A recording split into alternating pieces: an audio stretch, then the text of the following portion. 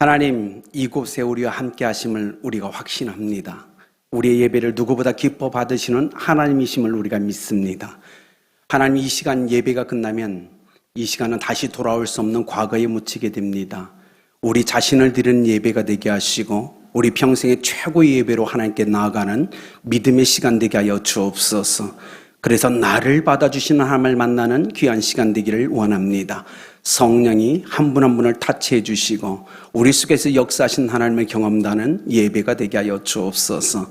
존귀하신 하나님께 모든 영광을 올려드리며 예수님의 이름으로 기도드렸습니다. 아멘. 여러분 식사하셨나요? 진짜 하셨어요? 네, 예배 드리려고 경건하게 굶고 오시지 않으셨어요? 네, 저는 지금 서울에서 목회하고 있습니다.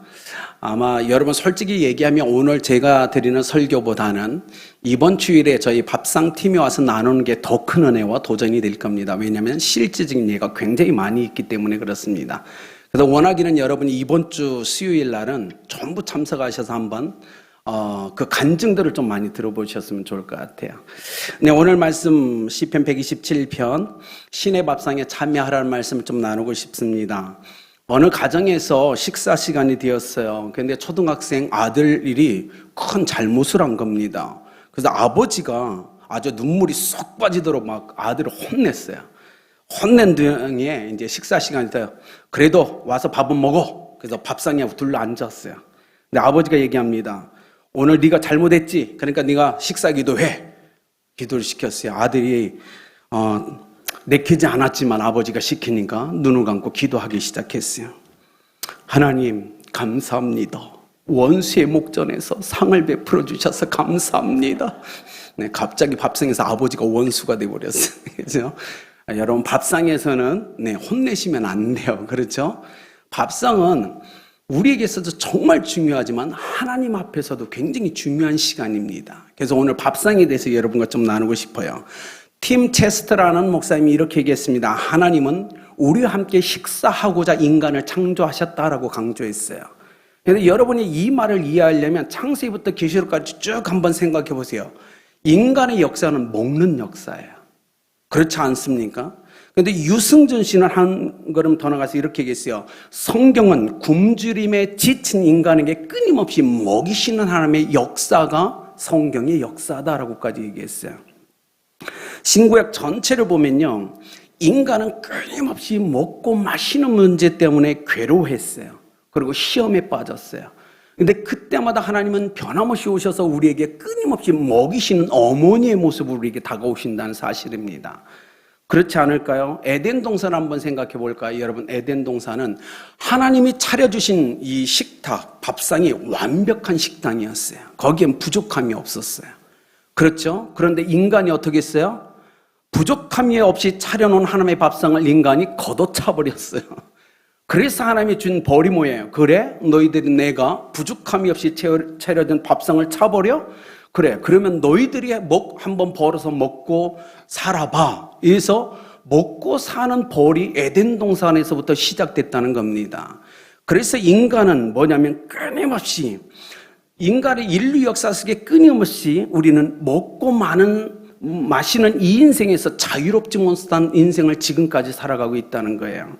한번 보십시오. 인류는요, 늘 배고팠어요. 그리고 이 먹는 문제 때문에 끊임없이 평생을 살면서 고민해야 되는 존재가 되었습니다. 더 나아가서 먹고 마시는 것 때문에 이동을 해야 되겠고 더 나아가서 전쟁까지 치릅니다. 그렇지 않을까요? 한번 보세요. 여러분 자녀들 전부 먹고 마시는 문제 때문에 지금 치열하게 삶에서 살아가잖아요. 여기는 우리도 동일하잖아요. 안 그렇습니까? 그런데 하나님이 끊임없이 우리에게 원하시는 한 가지 있어요. 뭐냐면 밥상을 회복하라는 거예요. 하나님이 차려줬던 완전한 그 밥상에 참여하라고 다시 우리를 초대하신다는 겁니다. 오늘 보십시오. 우리가 읽었죠. 시편 127편은 지혜 시편이라고 이름이 붙여진 시편이에요. 한 사람이 등장합니다. 이 사람 정말 부지런한 사람이에요. 열심히 일했어요. 그리고 집을 지었습니다. 그리고 밤낮이 그 가정을 지키는 삶을 살아갑니다. 그렇죠? 그리고 아침 저녁으로 수고해서 그 밥상에 수고한 것을 먹고 마시며 사는데 성경 127편 뭐라고 얘기죠? 한 가지가 빠져 있다라고 얘기합니다. 열심히 일해서 집을 세웠어요. 누구 때문에? 우리 가족 때문에. 그리고 그 가족을 열심히 밤낮 없이 지켜냅니다. 파수꾼이 돼서. 그리고 수고한 것을 함께 먹었어요. 그런데 그 삶에 한 가지가 빠져 있다고 얘기하는 겁니다. 뭐가 빠져 있죠? 하나님이 빠져 있는 거예요. 이 땅에 살아가는 모든 사람들의 모습이고 어쩌면 심지어 크리스찬의 모습이에요. 이 땅에 살아가는 수많은 사람들이요, 불철주야, 먹고 사는 문제 때문에요, 열심히 일합니다. 우리 자식들도 보세요. 그래서 돈을 벌어 집을 사고 아파트를 사죠. 그리고 그것을 지켜내기 위해서 얼마나 했습니까? 그리고 그 먹고 사는 문제. 그런데 하나님이 보시기엔 그곳에 뭐가 없다? 여호와 하나님이 없다. 여러분의 지금 밥상에는 하나님이 계십니까? 이건 굉장히 중요한 문제라는 거예요. 그래서 하나님이 이렇게 얘기합니다. 하나님이 빠진 인생, 오늘 보니까 헛되다라고 이렇게 표현해요. 여러분, 헛되다라는 표현 굉장히 재미있는 표현인데 제가 한 간증을 들려드릴게요. 우리 홍영미 성도님이 쓴 간증이 이렇게 되어 있어요. 저희 가족의 식사 시간은 웃음이 가득합니다. 순번을 정해야 될 정도로 말이 서로가 너무 많습니다. 남편은 항상 설거지를 담당해 주고요.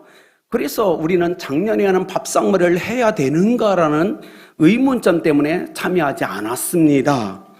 그런데 올해 홍보 영상을 보면서 우리 밥상에 무엇인가지 빠져있다는 생각을 드디어 하게 됐습니다. 우리 집의 밥상에는 하나님의 말씀이 빠져 있었습니다. 하나님이 없었습니다. 이걸 깨달았죠. 그래서 밥상머리에서 맛있게 밥을 먹고 나눔은 있었지만 신앙의 교육이 없었다는 걸 깨달은 후에 저도 정말 신앙적으로 많이 부족했고 교회 출석하지 않는 남편도 힘들어했고 자녀들에게 얘기했는데 다 밥상머리 못하겠다고 반대했습니다. 그런데 성가대설을 함께하는 집사님들의 권면을 따라서 책 3권을 사버린 겁니다. 그리고 눈치를 본 거예요. 밥상머리 해야 되나. 그런데 그분이 총 3번을 참석합니다. 그리고 이렇게 얘기했어요. 어설프긴 했지만 그 시간이 너무너무 감격스러웠습니다. 우리 가정에서 말씀을 나눌 수 있는 시간이 있었다는 것, 하나님이 그 시간을 허락했다는 것은 우리에게 너무나 감격이었습니다. 처음은 어렵지만 우리 가정의 말씀이 잘 뿌리내도록 이끌어 가실 하나님의 손을 의지합니다. 그러면서 이렇게 끝에 썼어요. 사랑하는 성도님들, 교회에서 진행하는 밥상머리 위드가 분명 어떤 분들에게는 굉장히 고민거리가 될 겁니다. 해야 되나? 그런데 제가 자신 있게 말씀드립니다. 선택하고 진행하면서 결코 후회하지 않으실 겁니다. 그리고 하기를 잘했다라고 고백하게 될 겁니다. 이것이 우리 홍유미 성도님들의 간증이었어요. 믿지 않는 남편, 그리고 신앙이 부족한 자신과 2 아들, 이걸 해야 되는가? 근데 본인이 깨달은 거예요.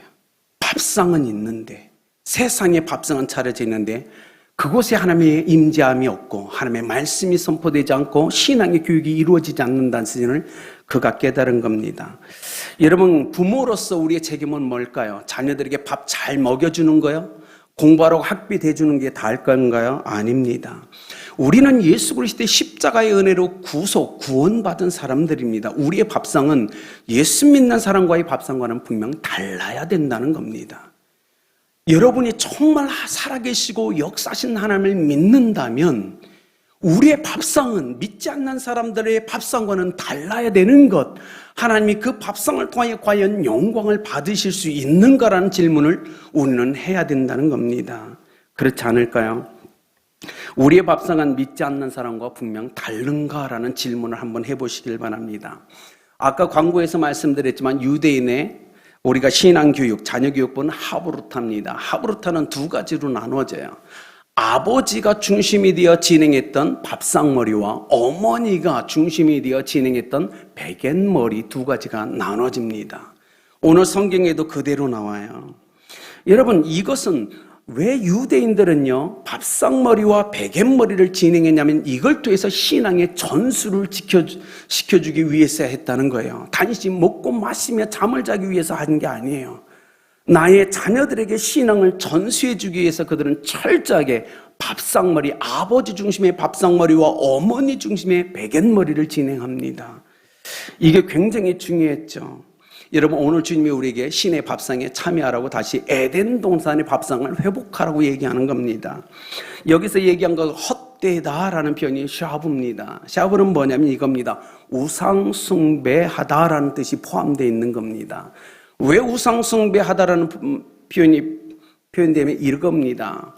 우리 자녀가 열심히 공부했어요. 좋은 대학에 들어갔습니다. 그리고 대학을 졸업한 후에 취직을 했어요. 돈을 많이 벌었습니다. 그가 성공했어요. 집을 지었고 그 가족을 지켜냈고 아름다운 밥상을 위해서 맛있는 음식을 먹는데 하나님은 샤브라고 얘기합니다. 우상숭배다라고 얘기해요. 왜냐하면 그 자식은요, 자기가 잘났다고 생각하거든요. 자기의 능력이라고 생각하거든요. 그러니까 자기를 숭배하게 돼 있다는 겁니다. 모든 사람들은. 하나님이 건강 주지 않았다면 일할 수 없었고, 하나님이 지혜 주지 않았다면 좋은 취직할 수 없었던 것들을 다 무시하고, 내가 잘나고 내가 능력이 있어, 내가 돈을 벌었고 집을 지었고 그 집을 지켰고 맛있는 음식을 먹는다는 나 자신의 우상숭배에 빠지는 것이 인생이기 때문에 샤브가 되는 거예요. 우리는 그러면 안 되잖아요. 우리는 예수 믿고 구원받은 사람이잖아요. 밥상에서 하나님을 기억해야죠. 우리에게 먹을 존재로 창조하신 하나님이, 우리에게 먹을 것을 주시는 그 하나님이 오늘 우리의 밥상을 차려주셨다는 감사한 마음을 갖고 밥상을 차려야만이 하나님께 영광이 된다는 겁니다. 여기 우리 한번 생각해 보세요. 하나님이 건강 주지 않으면 어떻게 직장 생활을 할 거예요? 하나님이 여러분 지혜와 지식을 주지 않으면 어떻게 좋은 데 취직할 거라고요? 농사일이 엄청 힘든 거잖아요. 저도 농부의 아들이에요. 제 아버님이 보령에서 계세요. 농사가요 굉장히 과학적인 겁니다. 하나님이 지혜 주지 않으면 농사 아무나 못 져요. 도시 사람들, 농부들 우습게 보죠. 한번 내려와서 농사 접으라고 하세요. 농사 못 집니다. 그렇잖아요. 그런데 하나님이 은혜를 주셨잖아요. 그러니까 우리는 밥상에 앉아서 자녀들에게 교육해야 된다는 겁니다. 하나님은 우리에게 먹을 수 있는 존재로 창조하셨다. 그리고 그 하나님은 먹을 것도 허락해 주시고 우리에게 예비하시는 하나님이다. 밥상에서 하나님을 예비할 수 있도록 신앙 교육을 시키라고 얘기하는 겁니다. 우리의 밥상은 분명 세상 사람들의 밥상과는 달라야 된다는 거예요. 그 얘기를 하고 있는 거예요. 우리는 회복돼야 되죠. 샤브, 헛되다. 하나님이 매번 하늘에서 우리의 밥상을 보시면서 너희의 밥상은 샤브다, 헛되다.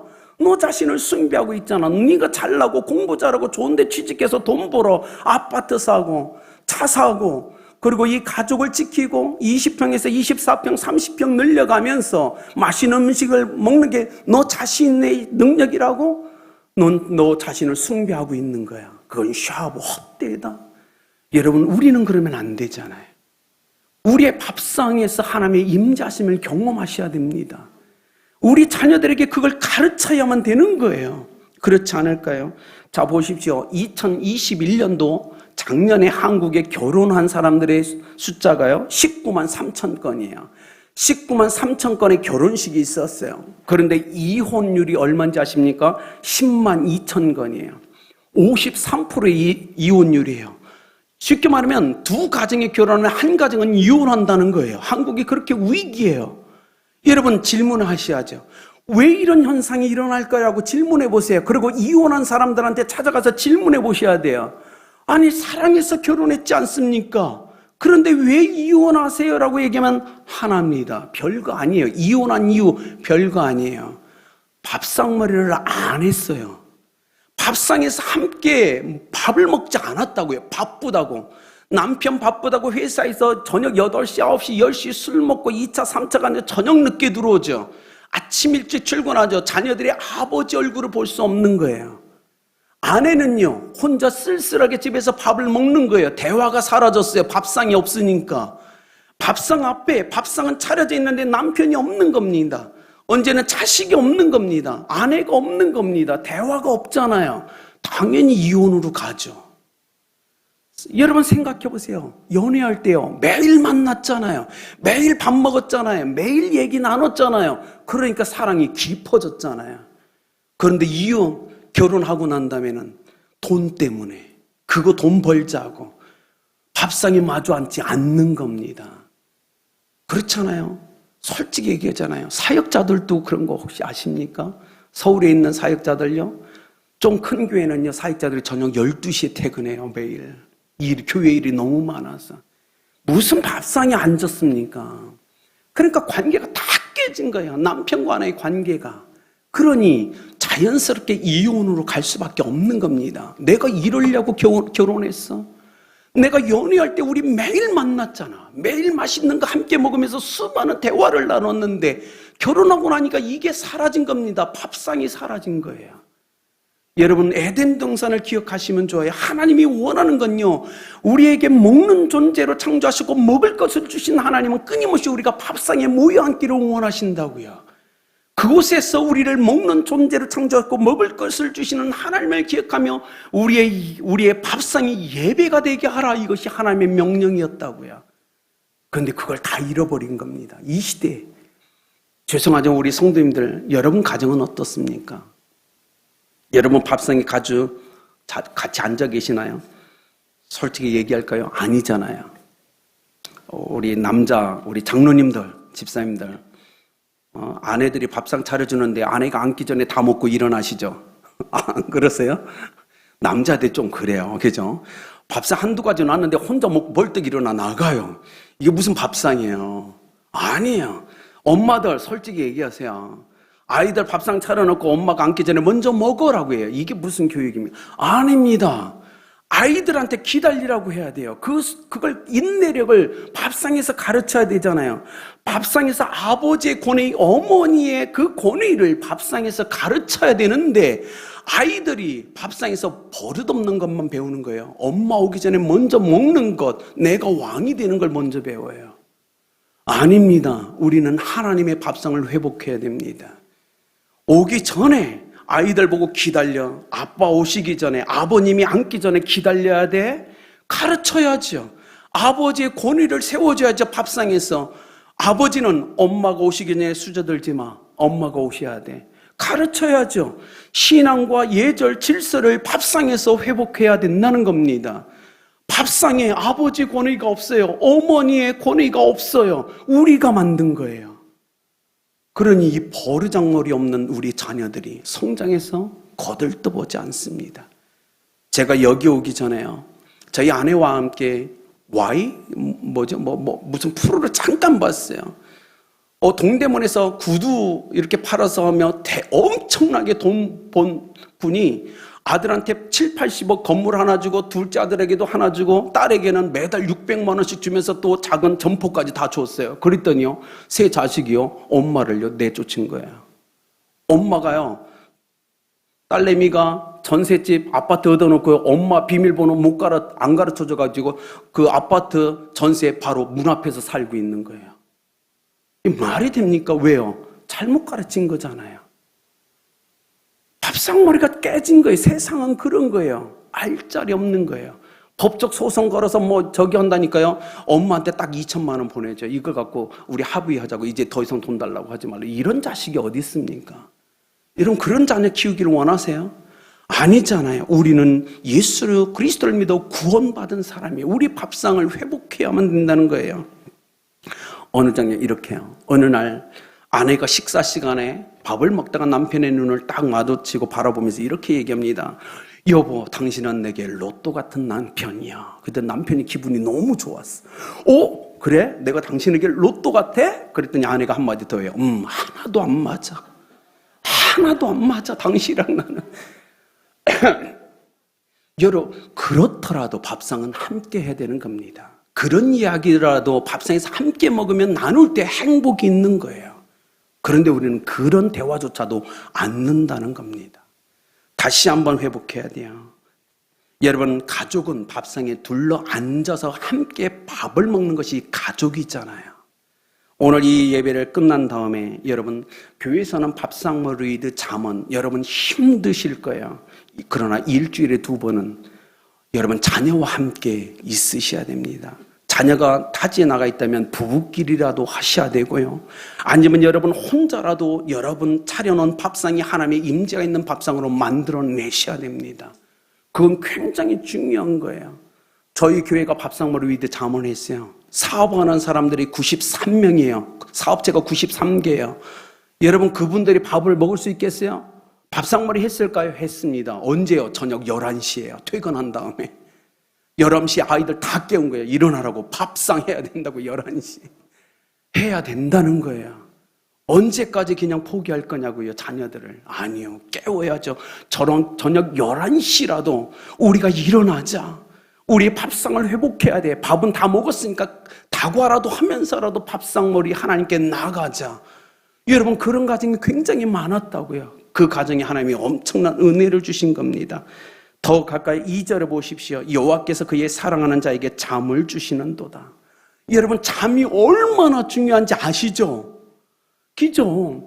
지금 현대인들은요 불면증에 시달려요. 그래서 약국에서 수면제를 먹고 잠드는 사람이 너무너무 많고요. 앞으로 더 많아질 겁니다. 잠은 축복이에요. 그런데 하나님께서 여호와께서 그의 사랑하는 자에겐 잠을 주시는도다.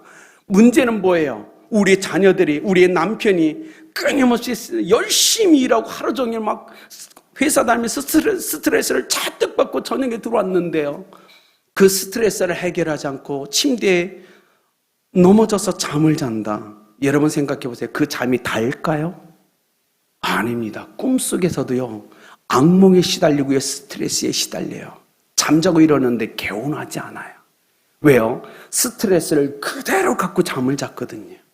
이걸 끊어내고 해결하고 편하게 잠을 자야 되는데 그 잠을 못 잔 거예요. 우리 자녀들이 학원 갔다고 학교 가서요. 엄청난 스트레스를 받아요. 좋은 고등학교, 대학교에 가려고 좋은 회사에 취직하려고.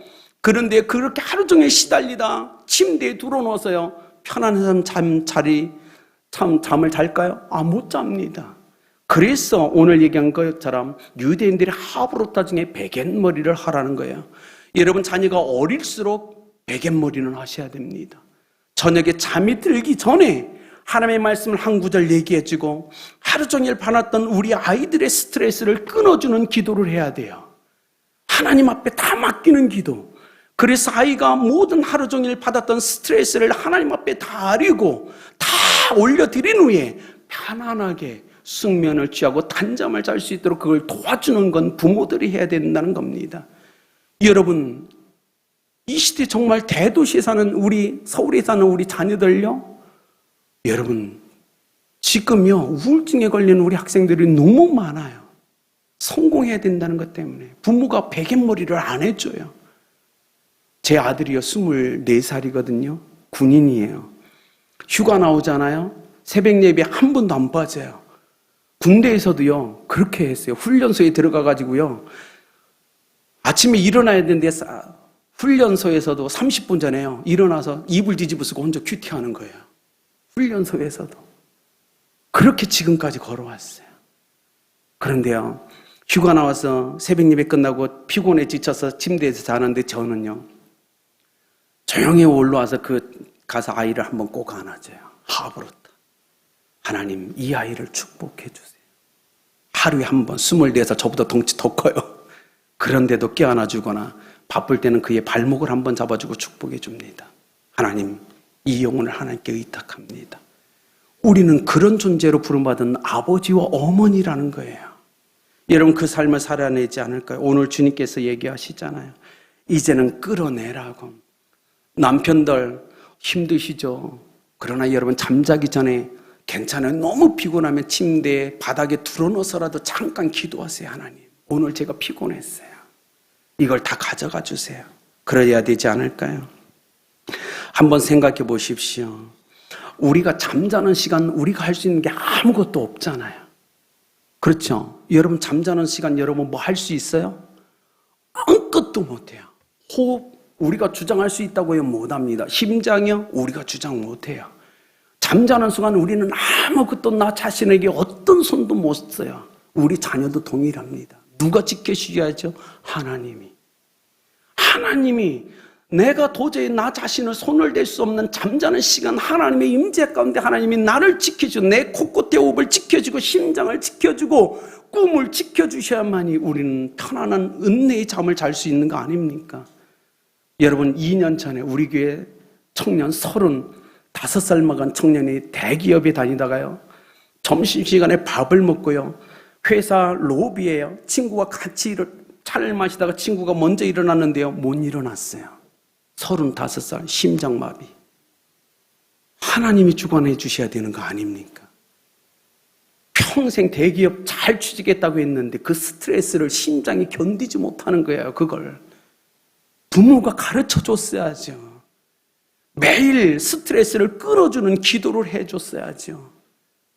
오늘 받은 건 오늘로 하나님께 맡기자. 그리고 내일은 내일을 살아갈 수 있는 힘을 달라고, 지혜를 달라고 하나님께 나아가자. 안 가르쳤어요, 부모가. 그러니 우리 자녀들에게 이런 일이 끊임없이 일어나는 겁니다. 그래서 오늘 얘기하는 거예요. 여호와께서 그의 사랑하는 자에게 잠을 주시는도다. 그 잠을 하나님께 맡기시길 예수님의 이름으로 축원드립니다. 이건 중요한 거예요. 3절에 볼까요? 보라, 자식들은 여호와의 기업이요 태의 열매는 그의 상급이로다 라고 얘기합니다. 자, 여러분 자식 잘 키웠나요?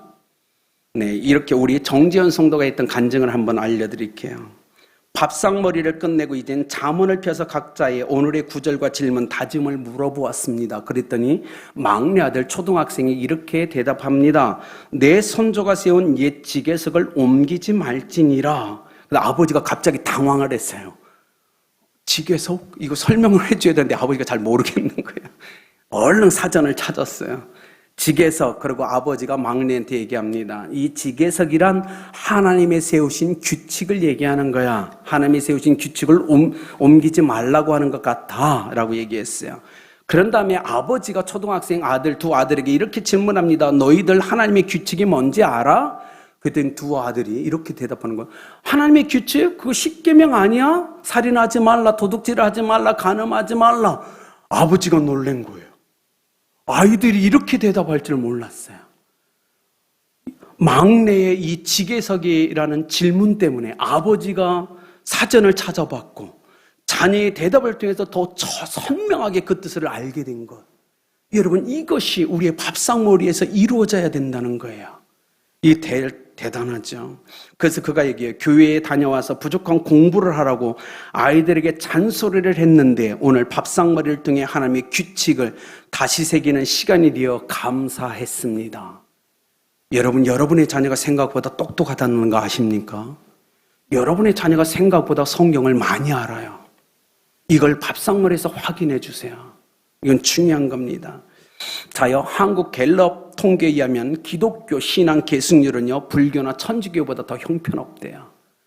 이게 문제예요. 부모가 신앙에 모범을 보이지 못하거나 가정에서 신앙 교육을 제대로 시키지 않기 때문에 우리 자녀들이 초등학교에서 중학교 올라갈 때 신앙을 버리고 떠나고, 중학교에서 고등학교 올라갈 땐 더 떠나고, 고등학교에서 대학교로 갈 때는 더 떠납니다. 누구의 문제일까요? 여러분의 문제고 우리의 문제예요. 우리가 우리 자녀들을 신앙교육을 안 시켰어요. 여러분은 그럴 겁니다. 목사님, 교회 위임했잖아요. 여러분 생각해보세요. 여러분 자녀가 교회 와서 몇 시간 보내요? 일주일에 2시간이요? 그거 갖고 자녀의 삶이 변화된다고요? 아니요. 세상이 주는 영향력이 훨씬 큽니다. 여러분이 가정에서 자녀들을 신앙으로 양육하지 않는다면 자녀들은 신앙에 버틸 수 없어요. 그래서 밥상머리는 교회가 하는 모든 신앙교육을 가정에 돌려드리는 운동이에요. 여러분 다시 회복하셔야 됩니다. 자, 오늘 두 가지만 3절에서 이렇게 얘기하죠. 자식은 하나님의 선물이라고 얘기하면서 두 가지를 얘기합니다. 화살이라고 얘기해요. 그렇죠? 4절에 보세요. 자식을 화살에 비유합니다. 화살은 돌봄과 보호의 의미예요. 자, 여기 있는 여러분에게 하나님이 화살을 만들 수 있는 자원, 재료를 주신 겁니다. 그게 누구예요? 자녀예요. 하나님이요, 화살을 만들 수 있는 재료를 이미 여러분에게 주셨어요. 그게 누구냐면 자녀예요. 여러분은 평생에 하나님의 말씀으로 여러분 자녀를 아주 멋진 화살로 만들어내셔야 될 책임이 있어요. 하나님의 말씀을 가르치고 훈계하고 양육해서 여러분의 자녀가 정말 강하고 멋진 화살이 되어 여러분 노년에 그들이 여러분을 지키고 보호하는 그 삶을 되게 하는 건 여러분의 신앙의 숙제라고 얘기하는 겁니다. 자녀가 태어날 때마다 화살이라고 얘기하는 게 아니에요. 화살을 만들 수 있는 재료로 자녀를 여러분에게 선물로 주셨고, 그 자식을 어떤 화살로 만들 거냐는 우리 신앙에 있는 부모의 숙제라고 얘기하는 겁니다. 더 나가서 뭐라고 얘기했죠? 기업이라고 얘기했어요. 그죠? 4절 보세요. 기업이라고 주셨대요. 자, 우리 자녀가 기업이에요. 아주 쬐끄만 기업으로 우리를 주셨대요. 자, 이 기업을 여러분 키울 거예요? 아니면 포기할 거예요? 여러분 결정하시라는 거예요. 누군가는 열심히 기도하고 성경을 가르치고 아이들을 양육해서 이 하나님이 준 작은 기업을 아주 큰 대기업으로 만드는 성도들이 있다고 얘기하는 겁니다. 그렇잖아요. 그 아이들이 부모의 신앙을 따라도 아주 큰 기업이 됩니다. 그래서 부모님의 노년의 생활을 전부 책임져줘요. 부모님을 철저하게 보호해 줍니다. 이것이 두 가지 축복이에요. 싫으세요, 이 두 가지 축복? 해야죠. 내 자녀가 세상에서 강력한 황금으로 만든 화살이 되어 우리 노년의 아버지와 어머니를 지켜주는 그 힘을 소유한 자녀가 되고, 하나님이 내게 주신 이 작은 기업인 자녀를 말씀으로 키워서 큰 기업체가 되어 우리 노년에 우리를 먹여 살리며 지키고 보호하는 그 자녀가 되게 하는 건 우리의 책임이라고 지금 말씀하고 있는 겁니다. 포기하시면 안 돼요, 여러분. 그래서 밥상머리는 중요한 거예요. 여러분, 밥상머리 이번에 전부 신청하셔야 됩니다. 하나님께 약속하셔야 돼요. 하나님, 내게 주신 내 자녀들을 하나님, 내가 멋진 화살로 만들지 못했어요. 회개하세요. 하나님이 내게 준 이 자녀가 기업이라고 했는데 제가 잊고 살았어요. 제가 그 자녀를 키우지 못했어요. 멋지게 키웠더라면 지금 정말 큰 기업이 돼서 우리에게 힘이 되어줄 텐데 내가 안 했어요 라고 회개하셔야 돼요. 지금도 늦지 않았어요, 여러분. 지금도 늦지 않았으냐. 20대 되고 30대 된 자녀들이라도 지금이라도 신앙교육 하셔야 됩니다. 그래서 그 자녀가 다시 한번 어머님의 신앙 안에서 멋진 화살이 되고 강한 화살이 되고 큰 기업이 되도록 키울 책임이 우리에게 있다는 거예요. 제가 확신합니다. 이번에 밥상머리 위드를 하시고요. 지금 어린 자녀가 있는 여러분 성도님들은요, 이번에 멋지게 한번 해보세요.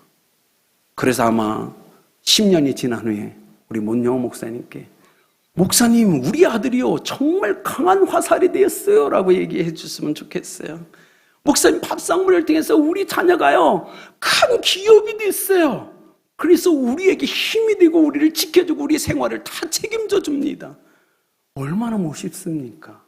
하나님이 그걸 하라고는 시편 127편을 우리에게 말씀하고 있어요.